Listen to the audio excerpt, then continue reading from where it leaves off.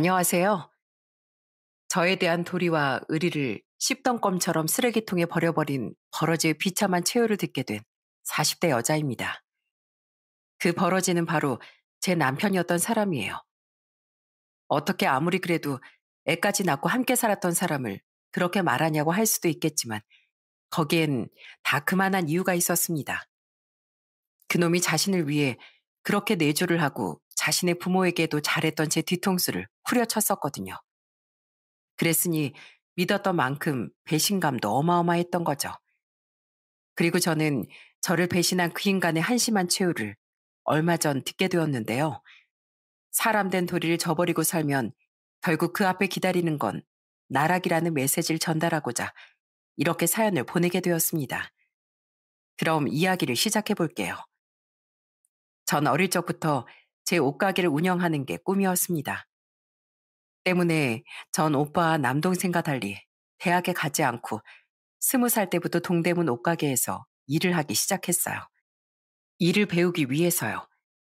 그리고 나이 24세 1살 많던 남편과 조금 이른 결혼을 하게 됐죠. 미나야, 어떻게 네가 여기 있어? 오빠, 와, 어떻게 여기서 다 만나지? 나야 당연히 해돋이 보러 왔지. 남편과 전 원래 고등학교 선후배 사이였어요. 모범생이었던 남편은 당시 저를 엄청나게 쫓아다녔습니다. 그런 남편을 전 놀랍게도 나이 22에서 셋으로 넘어가던 해 첫날 강원도 해돋이를 보러 갔다 우연히 다시 만나게 된 거죠. 이후 당시 의대생이었던 남편은 이번엔 절 놓치지 않겠다며 엄청난 구애를 했습니다. 그렇게 우린 연애를 시작했고 1년 뒤엔 남편의 거센 의지에 휩쓸려 결혼까지 하게 된 거죠. 의대라도 졸업하고 결혼하자고 했지만 남편이 정말 간절하게 결혼을 원했거든요. 나 졸업하고 1년 인턴 생활 마치면 바로 군의관 복무도 해야 되는데 그때 누가 널 채가면 어떡해. 미나 너 나중에 나랑 결혼 안 할 거야? 할 거면 그냥 지금 해도 되잖아. 너도 일하면서 돈 벌고 나도 비록 대학생이지만 가외에서 돈 벌고 있는데 생활비 걱정도 없지 않아? 미나야, 나 진짜 너 없으면 안 돼. 내가 나중에 꼭 너 호강시켜 줄게. 당시엔 저도 남편을 많이 좋아했기에 전 그렇게 이른 결혼을 결심하게 된 겁니다. 저희 부모님은 딸인 제 뜻을 존중해 주겠다며 남편을 환영해 주셨고 시부모님은 고집센 자신들의 아들을 믿고 제 인생을 맡겨줘서 고맙다며 볼 때마다 제게 고마워하시곤 했죠. 그렇게 우린 제가 모은 돈에 양가의 지원을 더해 전셋집에서 신혼생활을 시작했어요. 다행히 남편의 등록금은 쭉 시아버지께서 내주셨기에 남편은 무사히 졸업하고 의사 국가고시 시험에도 통과할 수 있었습니다. 여보, 나 이제 어엿한 의사야. 비록 아직 갈 길이 멀긴 하지만 그래도 쭉 나 믿고 따라와 줄 거지? 지금 당신이 날 위해서 해준 모든 내조 내가 나중에 반드시 다 갚아줄게. 남편이 과외라고 대학을 졸업한 후엔 1년간 인턴 생활을 했다지만 그 돈이 되면 얼마나 됐겠습니까? 대부분의 생활비는 모두 제 벌이로 충당해야 했기에 남편은 늘 미안해하며 자신이 얼른 성장해서 절 호강시켜 주겠다고 약속하곤 했어요. 하지만 그 호강에까지 이르는 길은 힘겨웠죠. 인턴 생활을 마친 남편은 곧장 군의관으로 3년간 복무를 하게 됐어요. 그런데 하필 남편이 군의관이 됐던 해 저는 첫 아들을 임신하게 됐습니다. 여보, 몸은 괜찮아? 이렇게 중요할 때 당신 옆에 없어서 정말 미안해. 저는 남편이 거의 곁에 없던 외로운 임신 시기를 보냈습니다.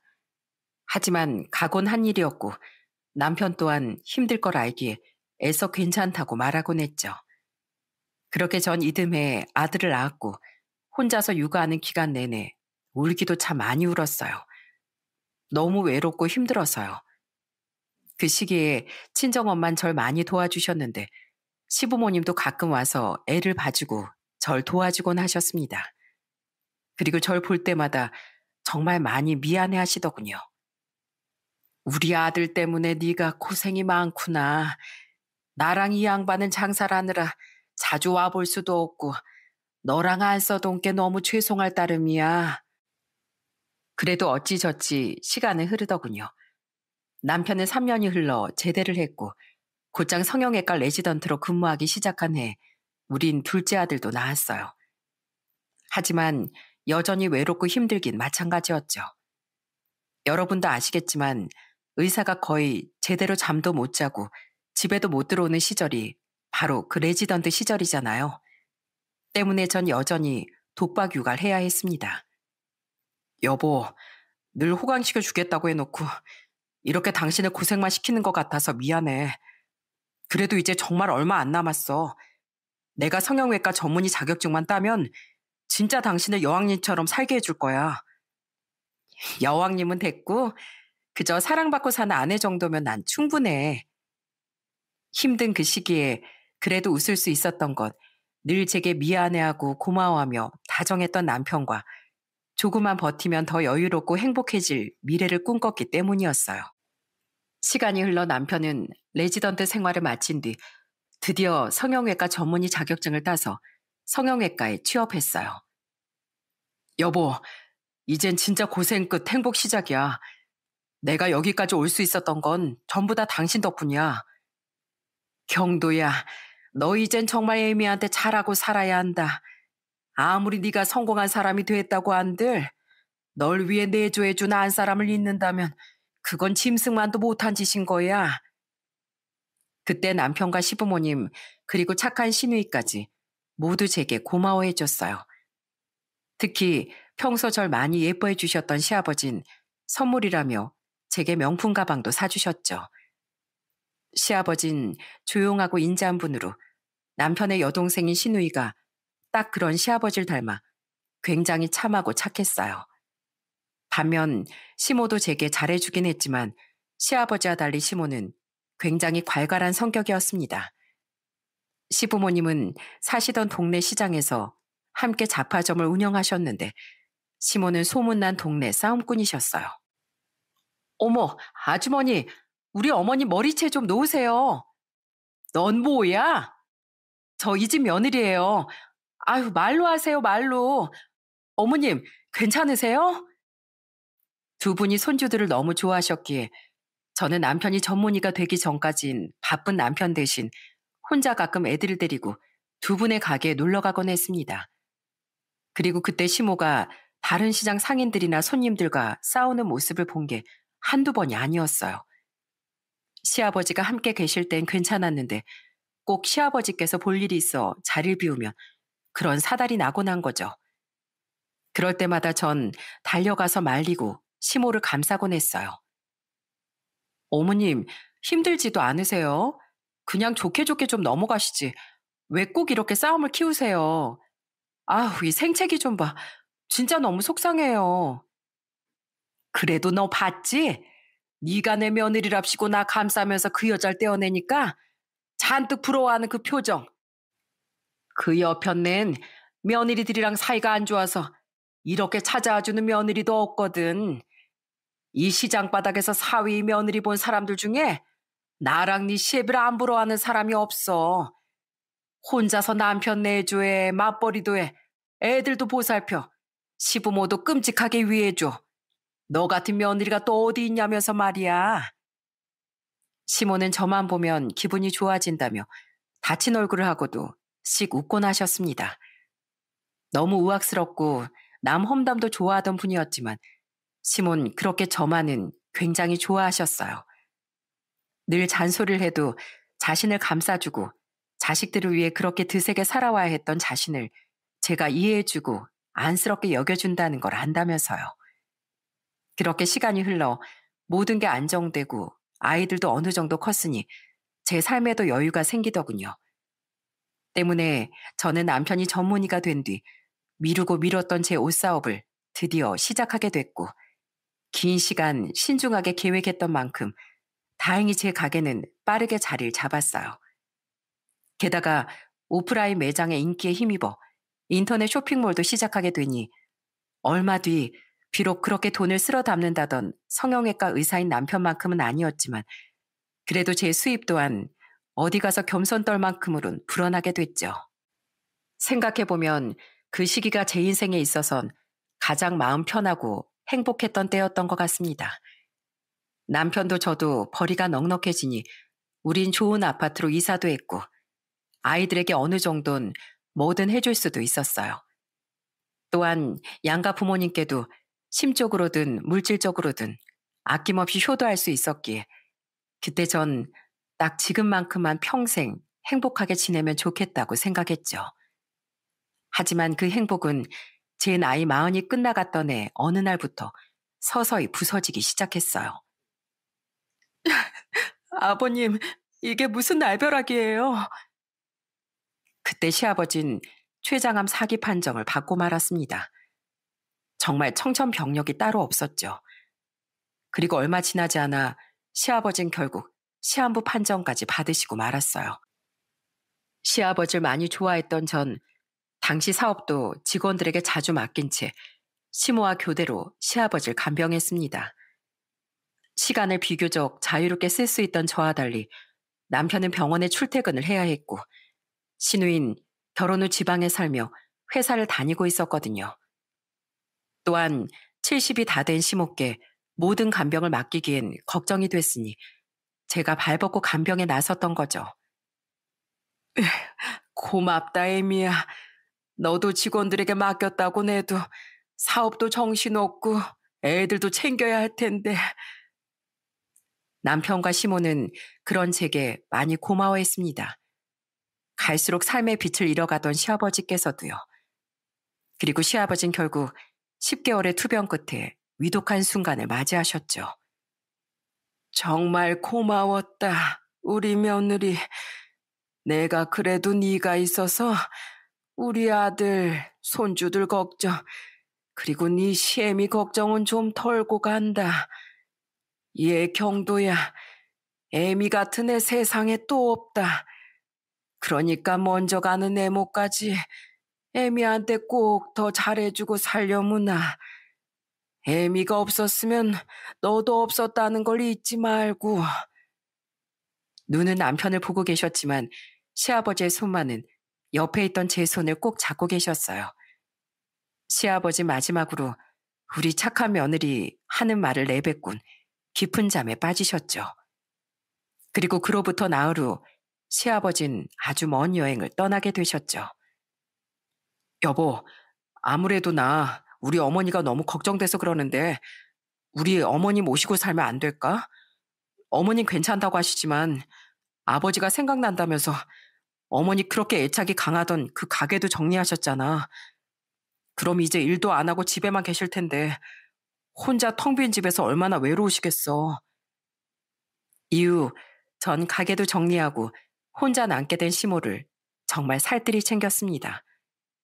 전화로만 직원들과 소통을 하며 며칠씩 시모 집에 찾아가 머물기도 하고 전화도 하루에 한 통씩 드리며 안부를 묻곤 했죠.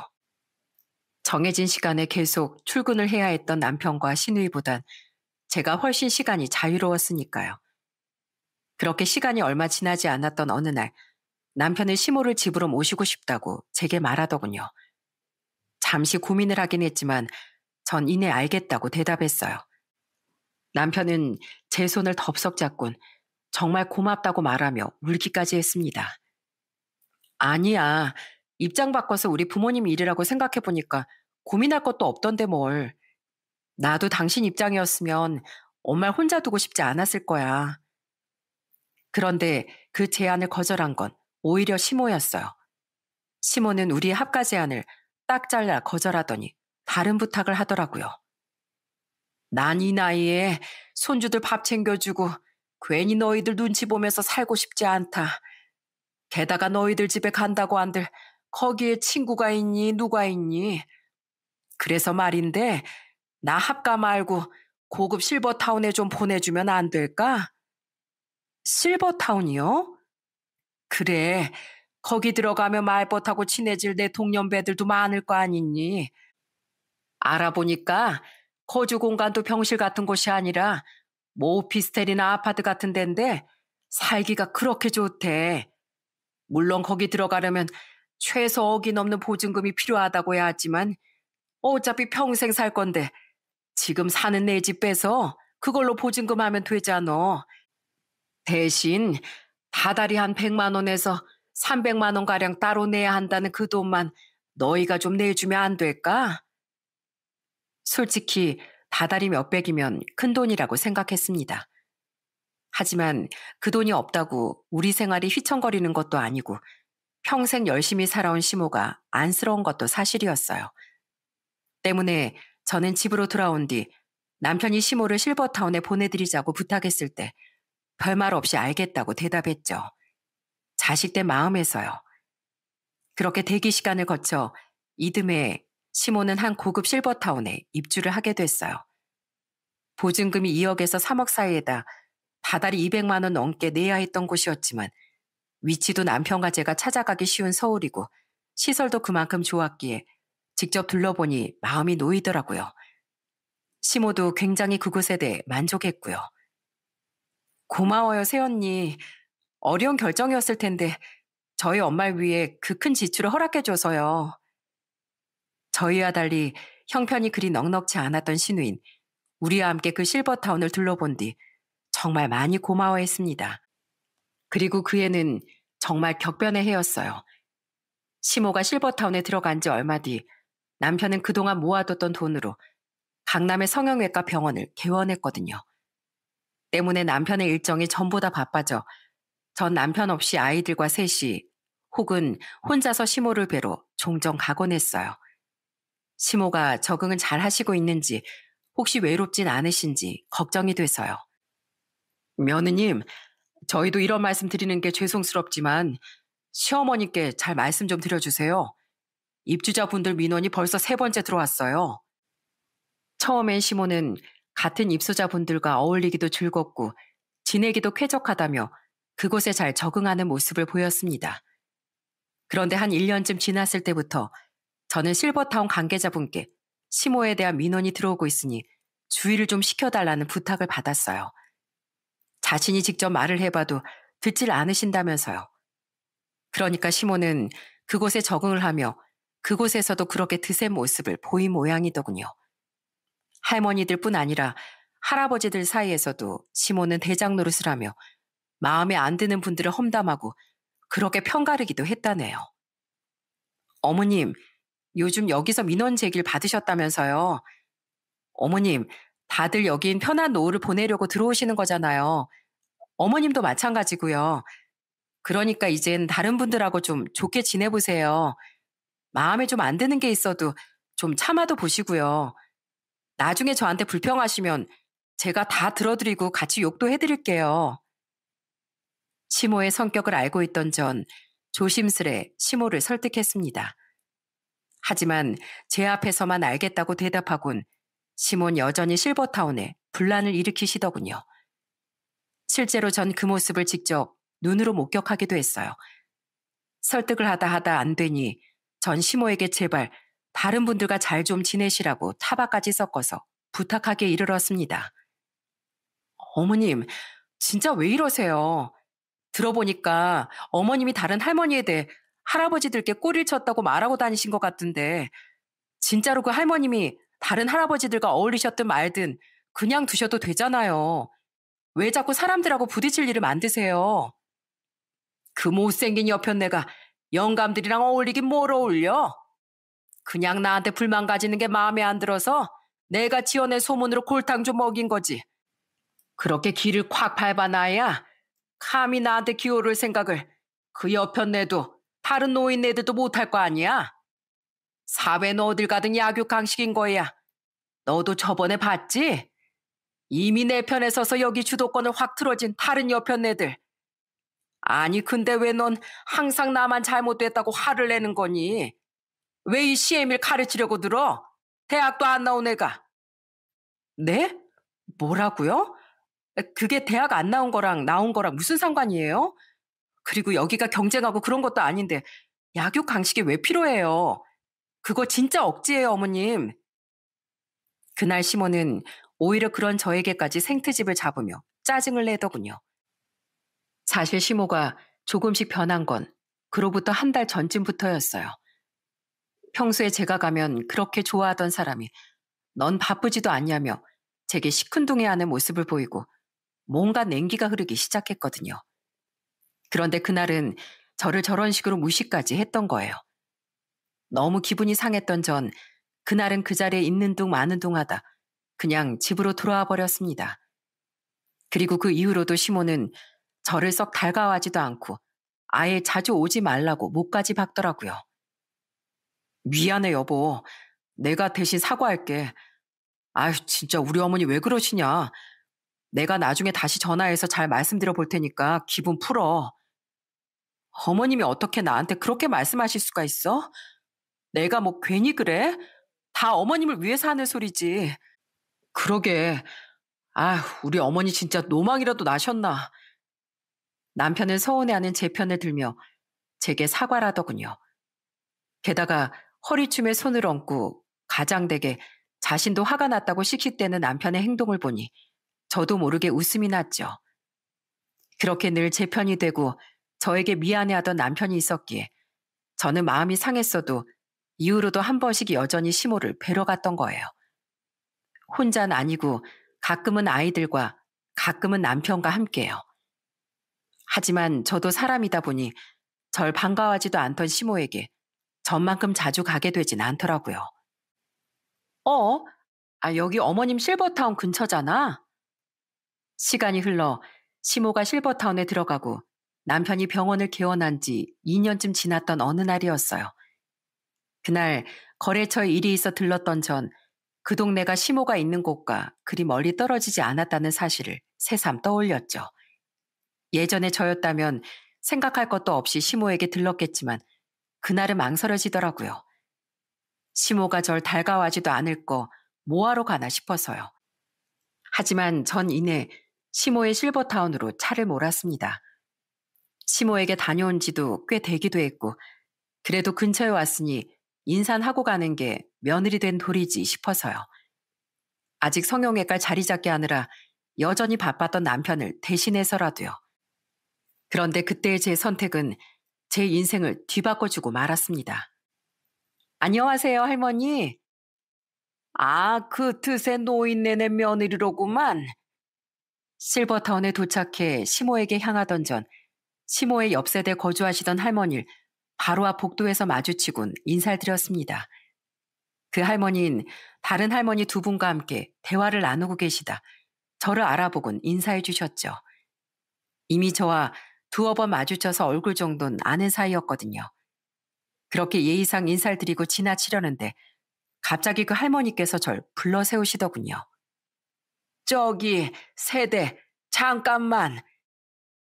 전 의아해져서 걸음을 멈췄어요. 그리고 우선 제가 세댁이 아니라는 말씀부터 가볍게 드리려는데 이어진 그분의 말에 그 말이 쏙 들어가 버리고 말았죠. 그 할머니는 주일 두리번대더니 잔뜩 낮춘 목소리로 이상한 말씀을 하셨어요. 저기 내가 세댁이 딸 같아서 하는 말인데 혹시 그 집에 며느리가 또 있어? 네? 아니요, 저 혼자인데요. 맞지? 내가 뭔가 이상해서 말이야. 그래, 분명히 그 집엔 아들 하나 딸 하나만 있다고 했었어. 있지? 저 옆에 방에 세댁보단 좀 젊어 보이는 여자가 한 서너 번 드나드는 걸 내가 오며 가며 봤거든. 선물인지 매번 뭘 잔뜩 사들고. 그런데 그쪽 시어머니가 그 여자한테 우리 며느리 그러더라니까. 오늘 아침에도 엄청 큰 꽃바구니 들고 왔었어. 자네들도 봤지? 맞아, 맞아. 우리도 봤어. 우리도 분명 세댁 얼굴을 본 적이 있는데 다른 아가씨한테 며느리라고 하길래 이상하게 생각했다니까. 네? 황당했습니다. 이 집안의 며느리인 저 하나뿐인데 대체 시모가 누굴 우리 며느리라고 한단 말인가요? 의아해하는 제게 그 할머니는 딱 봐도 뭔가 이상하니 잘 알아보라는 말을 남긴 뒤 다른 할머니들과 자리를 떠나셨어요. 끝까지 한 번씩 뒤를 돌아 저를 흘끔거리면서요. 느낌이 쌓였던 전 우선 다시 시모에게 향했어요. 그리곤 정말 떡하니 시모의 방 한구석에 있던 꽃바구니를 보며 물었죠. 지나가다가 들렀다고? 넌 사장이라는 애가 참 한가하기도 하다. 돈 꽤나 번다더니 순 거짓말 아니냐? 혹시 너 우리 아들 버릴 생각하고 대충대충 장사하고 있는 거 뭐 혼날 줄 알아? 대충 장사하고 있지도 않고요. 설사 제 벌이가 덜 된다고 한들 그렇게 말씀하시는 건 너무 서운하죠. 그런데 어머님, 저 꽃다발은 누가 사다 준 거예요? 엄청 비싸 보이는데? 저거? 내가 샀다. 어머님이요? 저걸 직접이요? 사서 들고 오신 거예요? 그건, 아니, 근데 넌 내가 꽃을 사서 들고 왔든 선물을 받았든 대체 뭔 상관이야? 이깟 전병 쪼가리 필요 없으니까 얼른 가라. 나 피곤해. 쉴 거야. 어머님 전병 엄청 좋아하셔서 사왔는데 안 드신다고요? 그리고 지금 시간이 고작 3시인데 피곤하세요? 왜요? 오전에 뭐 손님이라도 왔다 갔어요? 손님은 무슨? 내가 며느리가 너 말고 누가 있어? 네? 그게 무슨 말씀이세요? 전 그런 식으로 물어본 적 없는데요. 시모는 제가 사다 둔 전병은 쳐다도 보지 않고 평소보다 더 제게 매몰차게 굴더군요. 하지만 그때 머릿속에 가득 찬 의심 때문에 기분이 상할 새도 없이 저는 시모를 떠보기에만 바빴어요. 그런데 시모의 반응이 더더욱 이상한 거예요. 갑자기 발끈하며 가라고 하질 않나, 제가 하지도 않은 며느리란 말을 운운하질 않나.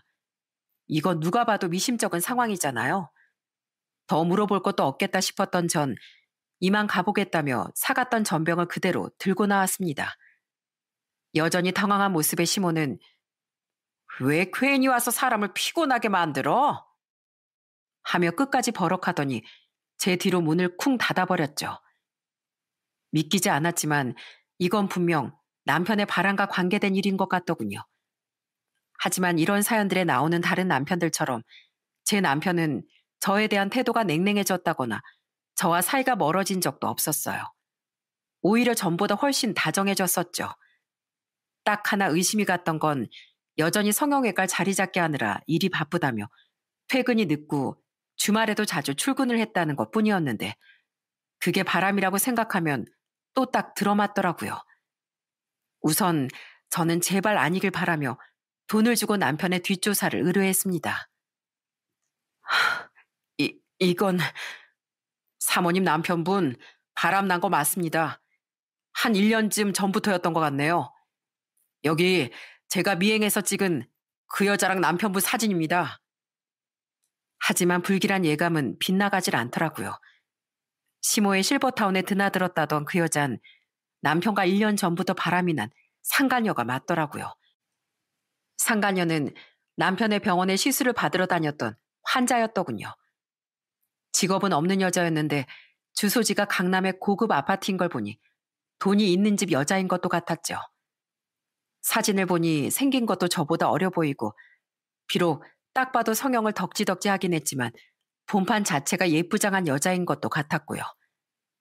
그 여자와 다정하게 손을 잡고 있는 사진 속의 남편의 얼굴을 보니 정말 엄청난 배신감과 혐오감이 몰려오더군요. 감히 어떻게 이 사람이 나한테 내 앞에선 그렇게 좋은 남편인 척을 하더니 뒤에선 바람을 피우고 다녔다고요? 그럼 여태 병원 때문이 아니라 이 여자를 만나느라 바빴다는 거네요. 어머님도 자주 못 뵈러 가서 죄송하다더니 나 몰래 이 여자를 이미 인사까지 시켰었어? 배신감 드시는 거 충분히 이해합니다. 그리고 남자들이 바람났다고 다 무뚝뚝하게 변하거나 하진 않아요. 오히려 괜히 찔려서인지 아내들에게 더 자상한 모습으로 변하는 남자들도 많아요. 아마 사모님 남편은 그런 후자였던 것 같네요.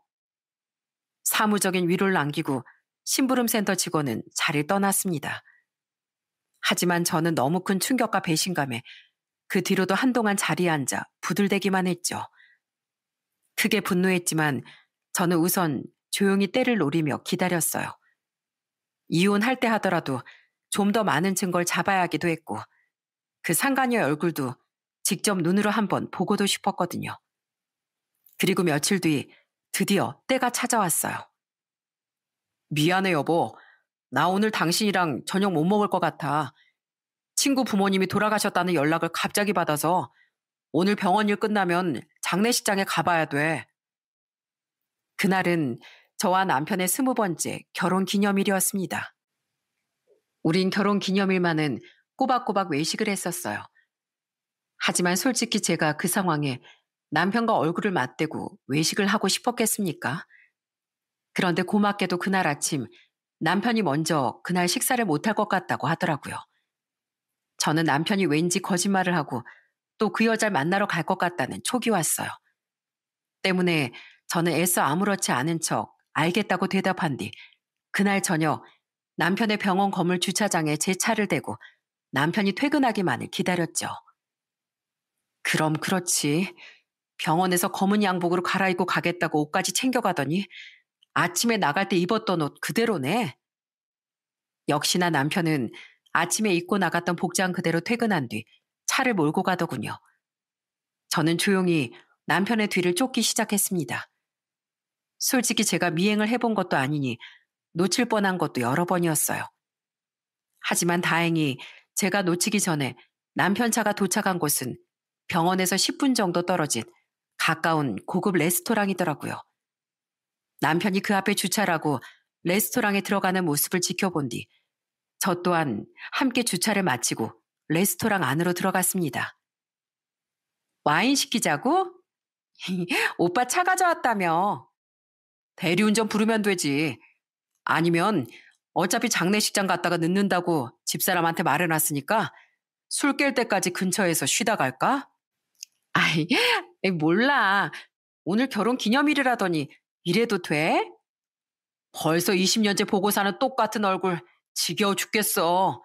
기념은커녕 하루빨리 이혼해버리고 싶은 마당에 챙기기 뭘 챙겨? 그럴 시간에 우리 예쁜이 얼굴이나 한 번 더 봐야지. 역시나 남편은 사진으로만 봤던 상간녀를 만나고 있었어요. 저는 그들이 시킨 와인이 음식보다 먼저 서빙되는 동안 다른 테이블에 잠시 숨을 죽이고 앉아 있었어요. 그리곤 우선 증거사진과 동영상부터 남겨놨죠. 그렇게 마치 다른 사람처럼 그 여자 앞에서 제 험담을 하고 그 여자와 눈꼴신지도 모르고 이런저런 스킨십을 하던 남편을 카메라에 담고 나니 이제 증거도 남길 만큼 남겼겠다. 더는 참지 못하겠더군요. 저는 자리에서 벌떡 일어나 그들에게 다가갔어요. 여기가 장례식장이냐? 어? 여보.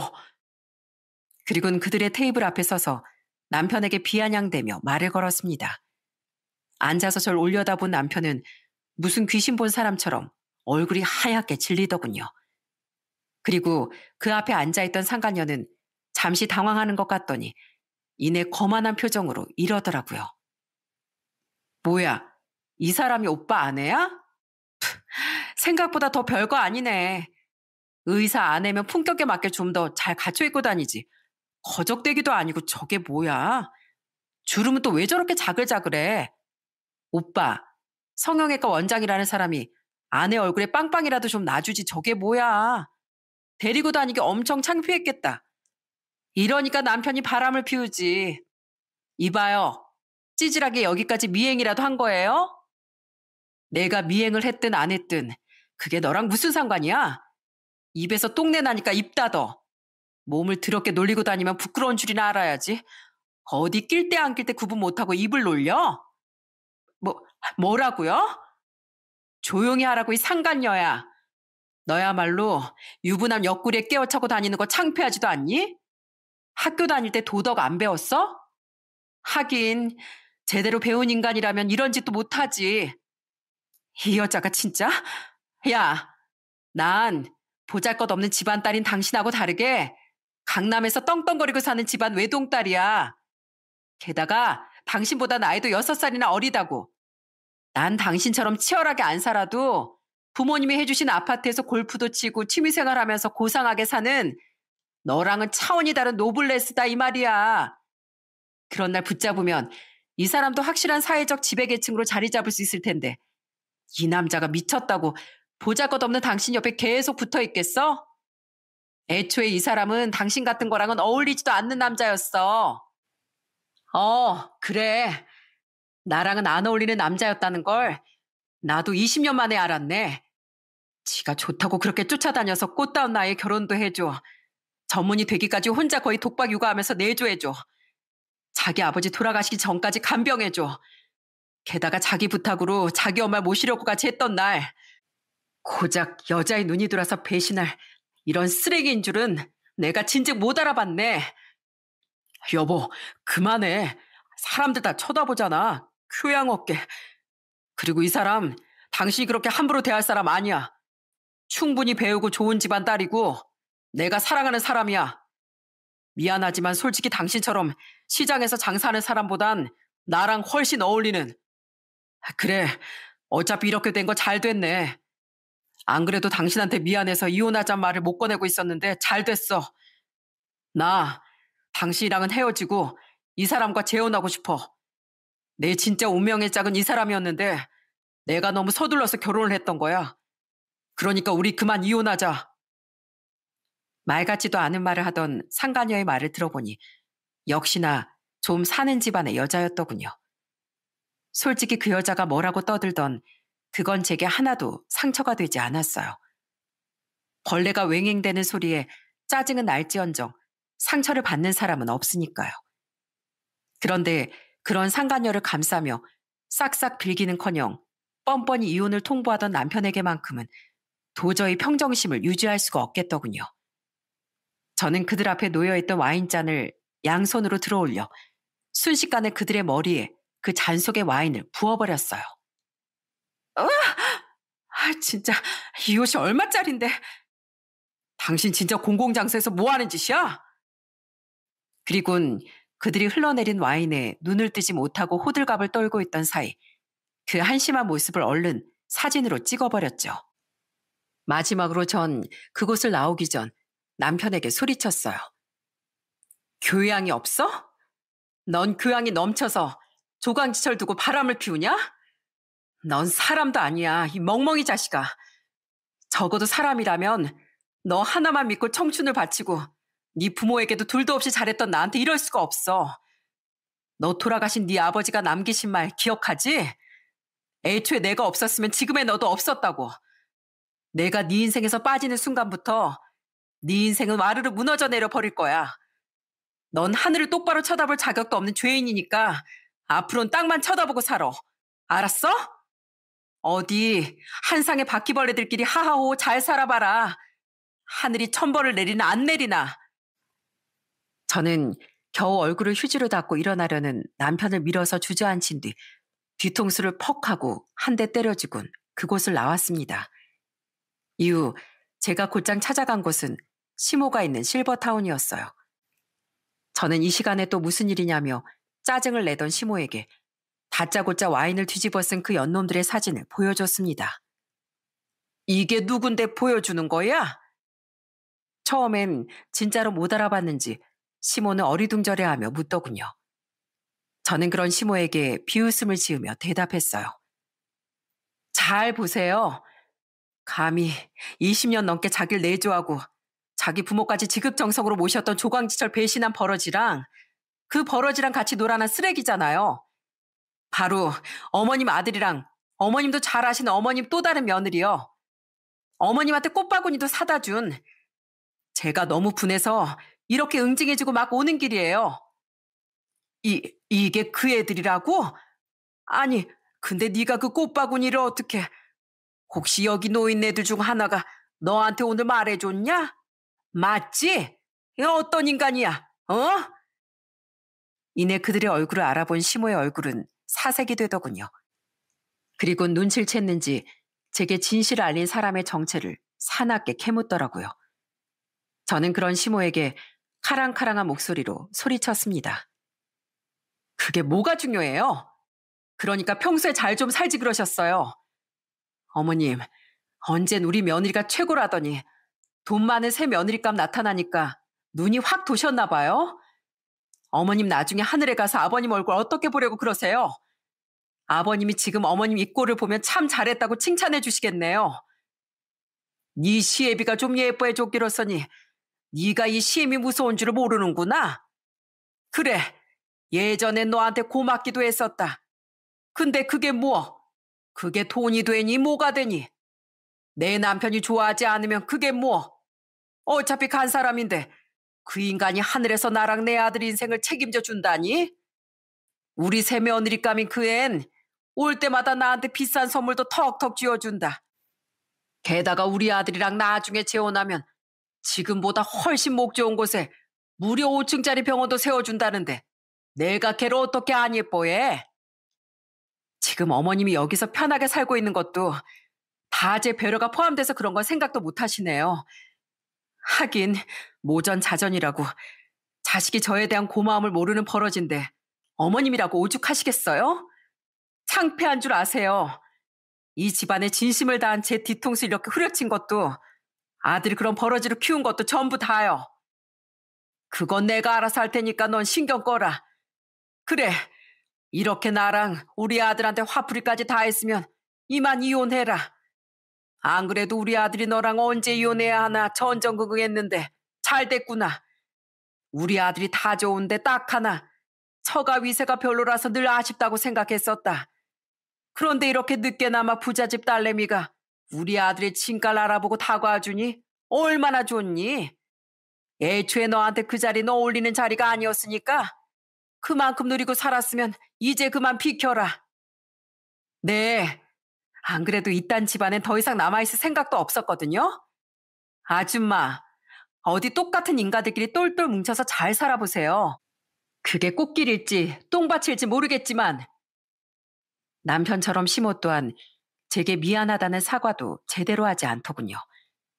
이런 사람과는 더 말을 섞을 필요도 못 느껴 저는 악담을 퍼붓고 나와버렸습니다. 이후 저는 남편과 깔끔하게 이혼을 했어요. 대신 처음엔 곧장 이혼해주지 않고 시간을 좀 끌었죠.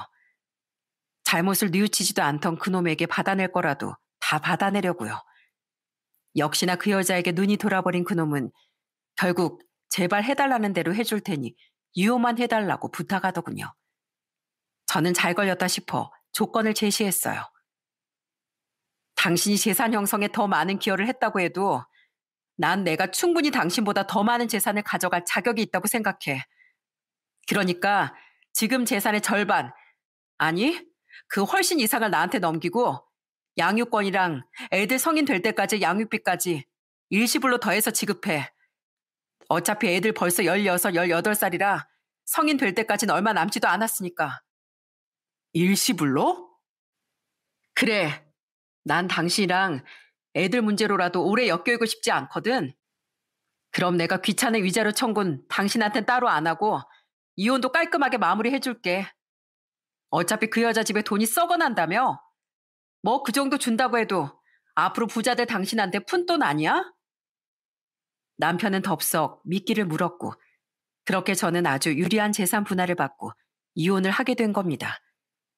이후 저는 상간녀에게 위자료까지 청구해 받아내는 걸 끝으로 정말 결혼 생활을 정리했어요. 확 그놈 병원이라도 찾아가서 뒤집어 엎어버리지. 왜 그냥 이혼을 했어 누난. 나중에 제 남동생은 이렇게 툴툴거리더군요. 그때 저는 땅콩을 우적우적 씹어먹으며 대답했죠. 그래봤자 그놈은 만약 거기가 문을 닫더라도 또 다른 곳에 병원 차리고 잘 먹고 잘 살 텐데 그런 헛수고로 왜 내 힘을 빼냐? 그딴 놈 어떻게 살든 이제 내 알 바 아니고 그럴 힘 아껴서 난 앞으로 우리 애들이랑만 더 재밌게 잘 살 거야. 그딴 놈은 그런 정성을 들여줄 가치조차 없어. 또한 저는 제 인생을 구해준 실버타운의 그 할머니를 찾아가 살해도 했습니다. 웃긴 건 그때 시모는 이미 그곳에서 쫓겨난 뒤였다는 거예요.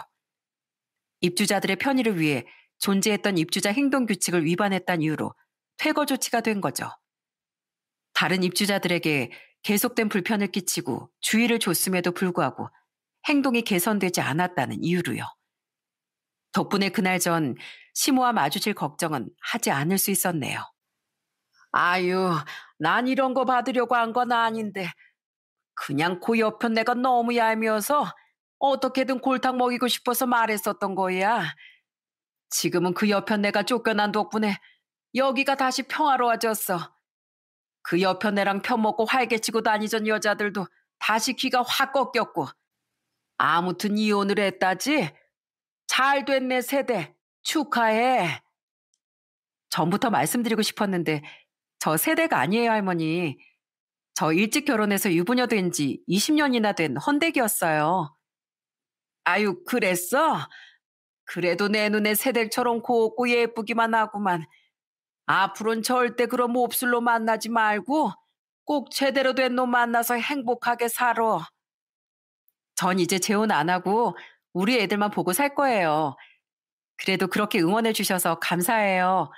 할머니도 꼭 행복하세요. 저는 그렇게 전 남편에 관한 모든 걸 정리한 뒤 아이들과 씩씩하게 다시 살아갔습니다. 그런데 1년쯤 지났을 때 저는 의외의 인물에게 전화를 받게 됐어요. 에미야, 나다. 잘 지냈니? 그건 바로 전 시모였습니다. 저는 시모의 전화번호를 차단한 게 아니라 연락할 일이 없을 거라고 생각해 아예 연락처를 삭제했었어요. 때문에 모르는 번호인 줄 알고 전화를 받았더니 시모였던 거죠. 그렇게 2번 다시 안 볼 것처럼 굴더니 왜 전화하셨어요? 전 아줌마랑 할 말 없으니까 용건만 간단히 하세요. 난 그냥 네가 너무 보고 싶었다. 있잖냐?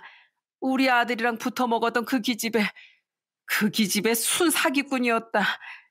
대졸의 부잣집 딸은커녕 전직 강남 고급 술집 여자 출신이었어.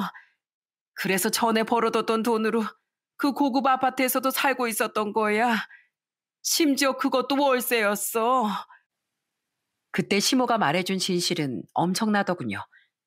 상간녀는 처음부터 전 남편의 돈을 노리고 자신의 신분을 속인 채 접근을 했던 거더라고요. 그 여자가 정말 부잣집 딸처럼 돈도 펑펑 쓰고 돈으로 고용했던 자기 가짜 부모까지 소개시켜줬으니 전 남편은 깜빡 속아 넘어갔던 겁니다. 시모는 흐느끼기까지 하며 제게 신세 한탄을 해댔어요. 너랑 이혼한 후에 우리 아들이 그 여자한테 얼른 재혼하자고 몇 번이나 얘기했었다. 그런데 조금만 더 연애를 하자 어쩌자 하면서 버티더니 엄청나게 사탕 발린 말로 우리 아들 돈만 잔뜩 가로채곤 참적해버렸어. 그 기집애가 순진한 우리 아들한테 공살 쳤던 거야. 아휴, 그래서 우리 아들 지금 집도 팔고 우리 집으로 들어와서 나랑 같이 살고 있다. 이게 대체 무슨 일이니? 그래서 그걸 왜 대체 저한테 말하는데요? 그게 애미야. 내가 염치불구하고 솔직하게 얘기하마. 우리 정말 반성 많이 했다. 역시 세상에 너만한 며느린 또 없었어. 그러니까 제발 다시 돌아와 주면 안 되겠니? 한번 그게 되니까 나도 우리 아들도 네가 너무 보고 싶구나. 우리 손주들도 보고 싶어. 염치 불구하지 말고 염치 챙기세요. 사람들이 자기가 한 짓을 생각해야지.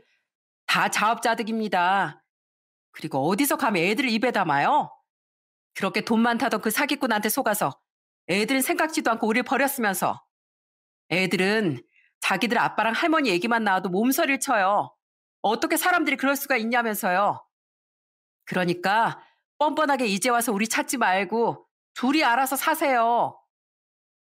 저는 그 염치도 없는 말에 강경하게 대응하곤 전화를 끊어버렸습니다. 그리곤 그 번호를 얼른 차단해버렸죠. 그게 바로 얼마 전의 일이었어요. 전 남편은 그래도 염치는 있는지 저와 애들에게 후회한다 어쩐다 하는 연락은 해오지 않았죠. 하소연해봤자 받아줄 생각도 없었지만은요. 부디 사람 된 도리를 저버리면 망하는 건 결국 자기 자신뿐이라는 사실을 그놈이 잘 깨달았으면 하는 바람입니다. 또한 이후론 우리 아이들에게 이 이상으로 부끄럽지 않은 아빠로 남기 위해서라도 제발 똑바로 살아갔으면 좋겠네요. 자신의 가장 힘든 시기를 함께 헤쳐나가줬던 저에게 평생 미안해하면서요. 세상은 깊은 함정의 입구에 달콤한 꿀을 발라놓고 사람을 종종 유혹하곤 합니다. 그 꿀을 입에 넣어본 사람은 그 달콤한 맛에 취해 때론 눈이 멀어버리기까지 하기도 하죠. 하지만 그런 유혹에 빠져 진정으로 소중한 것이 무엇인지를 잊는다면 그 앞에 기다리는 것은 깊고 깊은 구렁텅이 뿐이라는 걸 사연을 마무리하면서 다시 한번 강조하고 싶어요. 도리를 잊은 사람에겐 세상은 결코 공짜 호의를 베풀지 않는 법이니까요. 그럼 전 여기서 사연을 마치고 이만 물러가 보겠습니다. 끝까지 함께 해주신 여러분께 늘 좋은 날들만 함께 하시길 바랄게요.